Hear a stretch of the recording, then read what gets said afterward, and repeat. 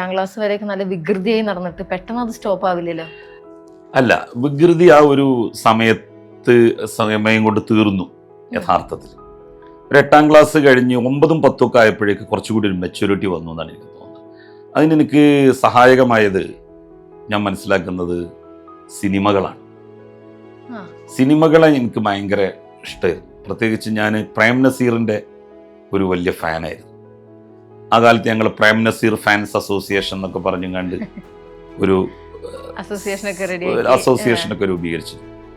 അപ്പോൾ സിനിമയിലൊക്കെ പിന്നെ നസീറിൻ്റെ റോള്, സത്യൻ്റെ റോള് ആ കാലത്ത് അവരായിരുന്നല്ലോ പ്രധാനപ്പെട്ട നടന്മാർ. സുകുമാരൻ, അവരൊക്കെയാണ് നമ്മളുടെ ഹീറോസ്.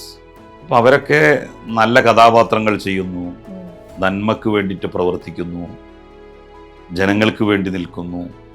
അതൊക്കെ എന്നിൽ ഭയങ്കരമായിട്ടുള്ള ഇൻഫ്ലുവൻസ് ചെയ്തു. അപ്പോൾ കൂടുതൽ ഞാൻ ഈ രംഗത്ത് നിൽക്കണം എന്ന് തോന്നി. ഇങ്ങനെ നിൽക്കണം, പൊതുപ്രവർത്തനം നടത്തണം, ജനങ്ങൾക്ക് വേണ്ടിയിട്ട് പിന്നെ എന്തെങ്കിലുമൊക്കെ ചെയ്യണം, അങ്ങനെയുള്ള ഒരു തോന്നൽ എൻ്റെ മനസ്സിലുണ്ടായി.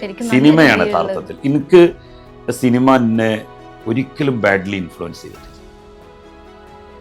എനിക്ക് അഭിമാനത്തോട് കൂടിയിട്ട് പറയാൻ പറ്റും, എൻ്റെ ജീവിതത്തെ മോൾഡ് ചെയ്തതിൽ മലയാള സിനിമ ഭയങ്കര പങ്കുവഹിച്ചിട്ടുണ്ട്. ഞാൻ നന്നായിട്ട് സിനിമ കാണുമായിരുന്നു. സിനിമ എൻ്റെ ഒരു വീക്ക്നെസ് ആയിരുന്നു.